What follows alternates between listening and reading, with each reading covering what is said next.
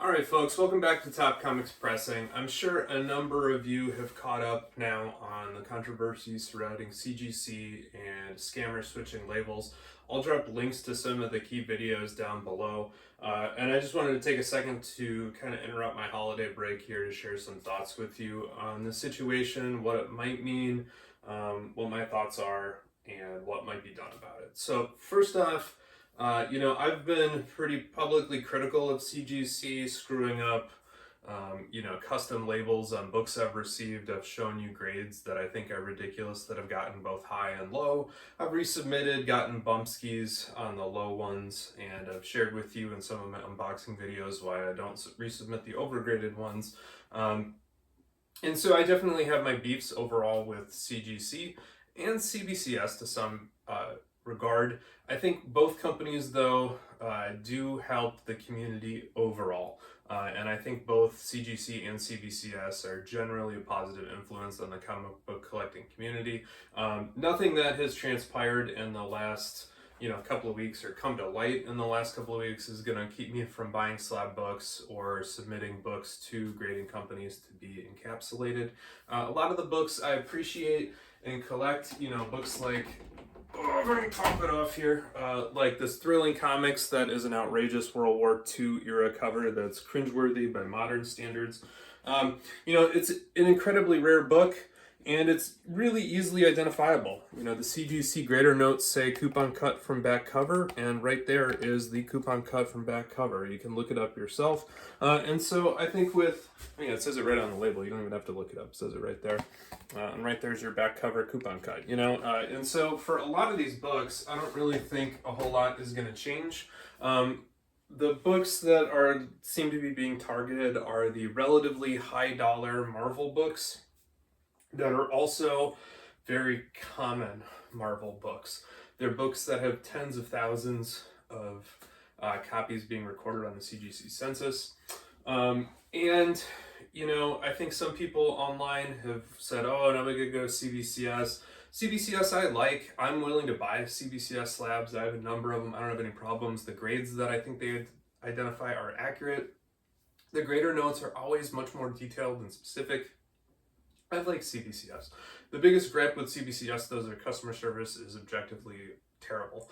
And so if you have a problem, it's really hard to get through. It's really hard to get a response, and that's very irritating. And I think there are a variety of reasons why people prefer CGC, but that customer service is one. CGC extended their customer service hours 8 a.m. to 8 p.m.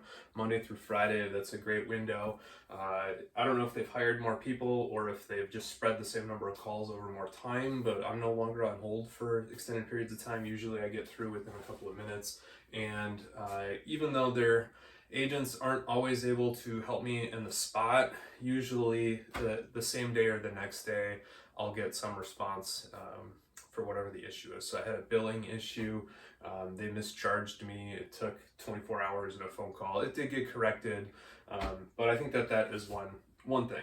Now, going back to the controversy. So the controversy is taking a comic like this one, busting open the slab very carefully, sliding an inner well out, sliding a new inner well in, resealing it, or just shattering the corner and sending it in for a reholder. I think either of those will get you to the same spot, and basically trying to take a book that has a 9.4 comic and selling it at a 9.8 premium, or taking a book that might have a coupon cut from the interior and pretending it is a non-coupon cut edition.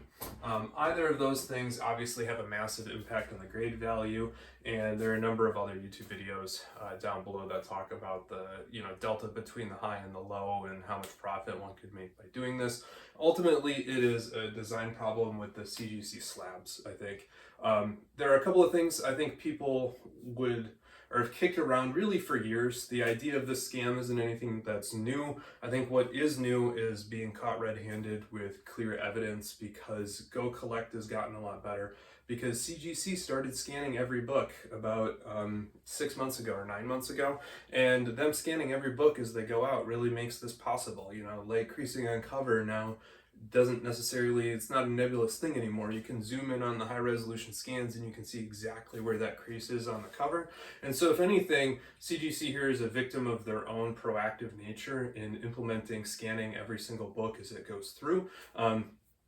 I think all in all, that's going to be a really good thing for the community. I think it's also really impressive that we now have data and data banks like Go Collect, like GPA, that you can track the sales by the serial number and you can look up the scans. Okay, and so that I think speaks to the strength of the community, and if anything, adds more credibility to the overwhelming majority of the CGC books. So if I have a CGC serial number, I can go look it up and make sure that the scan and the creasing and the damage matches that number on the CGC database. Certainly for any of the books, put into the system in the next couple of months. Now, one thing last 6 months or so. Now, one thing about that, I think CGC does need to implement doing the same thing for reholder books, and probably pay somebody to check those reholders coming in to make sure they match the original scans. I'm sure that'll be part of their revised system. For a long time, people have kicked around why CGC doesn't bust down on pressers trying to scam them for higher grades by putting some tattoo or mark on the interior of the book. I don't think that that's ever going to happen. Any permanent mark or permanent tattoo-like feature on a comic book is going to be unpalatable universally from collectors. And so there's absolutely no way that would ever happen. Now, what they could do is put the serial number on the inside of the book as part of the microchamber paper. So that would be one. You've watched me unbox or crack slabs, slice into the inner well, and on the interior of that inner well, there is microchamber paper that they put in to help preserve the age. It's quite possible you could print with acid-free ink or whatever, a serial number on the microchamber paper that goes inside the book, inside the inner well, and then that could be compared to the label when the book is reholdered. The only difficulty with that is I don't know how often CGC actually takes the book out of the inner well and puts it in a new inner well when they do the reholdering process. That would be one thing to think about. I've seen people try to comment on having the interior wells laser cut so that you have the serial number on the physical inner well. That is one thing that's going to add an extra step, and I don't think that that's probably going to fly either, just because you're going to be looking for very small numbers. You're going to need very precise equipment for that. But if you wanted to put a sheet of paper on the inside of the comic book that had the serial number on it, that I think that is a viable solution moving forward. The other thing that I think CBCS already did at one point is one of their versions of the CBCS slabs had the inner well of the comic book, and then they had the label, and they were both encapsulated in the same sheet of plastic. So you'd have the little inner well sealed with the comic book, and then right above it, the label would be sealed on the inner well. And when you crack those, you would have one piece of plastic that contained both the comic book and the label, and that actually prevents all of this. So I'm sure CBCS went away from that because there is such a focus in the community about the aesthetics of the label and how they look, that I think people have put a higher premium on aesthetics than they have put on security. And I think that is a big problem, particularly when having the collectibles certified is the whole point of doing this. And so, at least if it were me, I would go back to that CBCS slab design where you had the inner well sealed, you had the label sealed, both of those got slid inside an outer well, and if the outer well gets smashed or shattered, or if somebody tinkers with it, it doesn't matter, because you have to physically cut out both the inner label or the comic book, and either of those then would immediately void the reholder process. Some people have called for the reholder process going completely away, but I think that's a really bad idea. And the reason for that is on a lot of the videos when I crack a comic book out of an older slab, I'll show you how blue, how fragile, how gross that plastic is. And the plastic, even if it's higher grade materials, and let's be clear, the materials CGC and CBCS are using in 2023 are way advanced compared to what they were using 10 or 20 years ago. And those books that were encapsulated 20 years ago had cheaper plastic that might not have had the same level of archival qualities, and they've deteriorated for 10 or 20 years. And so a lot of those older books are sitting in plastic that needs to be replaced today. I have probably 5 or 6 Golden Age books that I've been waiting for my membership to renew before I'm going to send back into CGC to get them reholdered. I haven't tinkered with those slabs. It's just that they are Golden Age books that were encapsulated 10 or 15 years ago that are going to need to be reholdered just because the slab design has changed and is better. The plastic quality is better. And I don't think you want to take that legitimate purpose for a reholder away.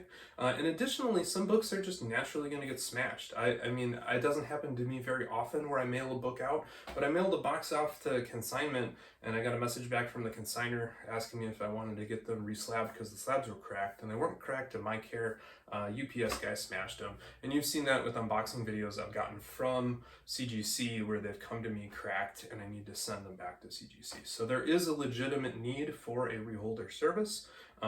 I just think what we need to do is clarify the security around that process. And I think there are a couple of obvious things, whether it be putting an acid-free sheet of paper at the centerfold or under the front cover with that microchamber paper that has the number on it on the inner well, so that if the book is ever reholdered, somebody can check that versus the serial number.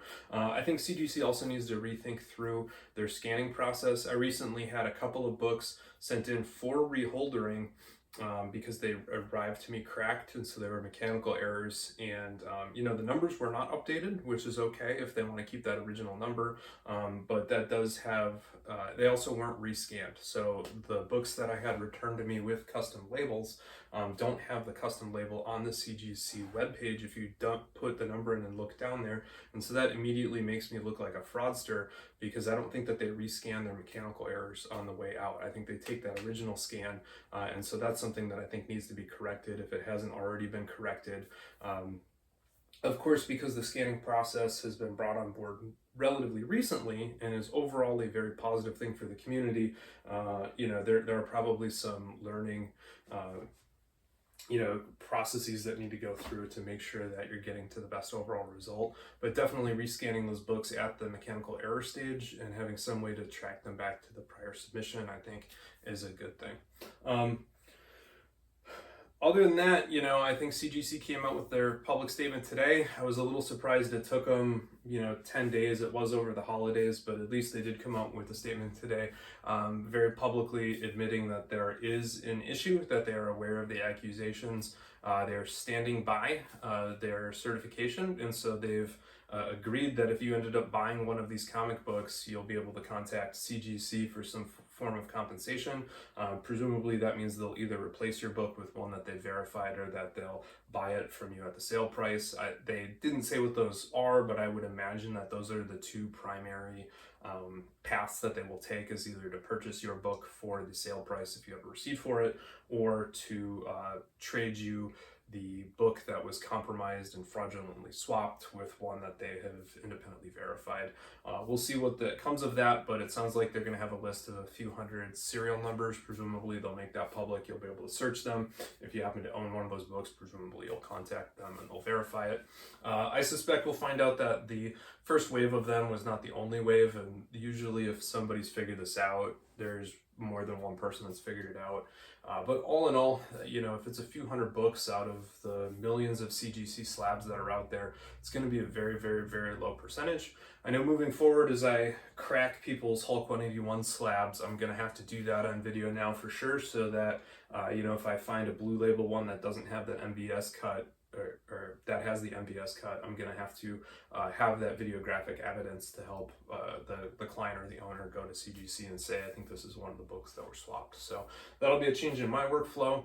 But overall, I think that there are a couple of easy fixes. And so if anybody has the ears of the people at CGC or at CBCS, the two suggestions I would come up with are either to come up with an acid free ink that you could put on the microchamber paper inside the book that contains nothing but the serial number and maybe the date that it was encapsulated, and that would be a very easy thing to do, or graded, I guess it's the graded date, not the encapsulated date. Or the other thing to do is to go back to the older CBCS design where the inner well contains both the label and the comic book. And I think both of those would be a huge step forward to improving the security long term. Obviously, that won't help with the books that are already out there. But you know, it is what it is at this point. And I think the other thing we want to do as collectors is maybe just consider the value that we put on these very, very small differences in grade. I mean, ostensibly, the difference between a 9.6 and a 9.8 book is marginal at best. A lot of 9.8s or 9.6s could go either way if submitted. You know, I've had a couple of clients submit books, get a 9.6, ask me to recrack them, repress them, and submit them, and lo and behold, they come back a 9.8. The exact same comic book is there. The only thing that's different is the label, and I think we put an outrageous premium on that label grade instead of the book itself. And I've said this before and I'll say it again, I am a 7.0 collector as long as all the damage is on the back cover. So I've got a beautiful copy of Silver Surfer 4 from the front. It looks like a 9.8. On the back there's about an inch by an inch and a half square where somebody had tape stuck to it, pulled the tape off, and that dropped the grade down to a 7. I love that book because to me it displays like the 9.8 and I never take it off to look at the back cover. So who cares? At least in my opinion, it's one that I get to enjoy the full aesthetics of probably one of the best Marvel covers of all time, and I get to see it in its full 9.8 apparent grade from the front. And so that to me was totally worth it, especially because I got that 7.0 CBCS book for the fraction of a price of a 9.6 or a CGC book. And so to me, you know, the stories are what's important, the characters and the character dynamics are important, the gorgeous art and the history is what's important.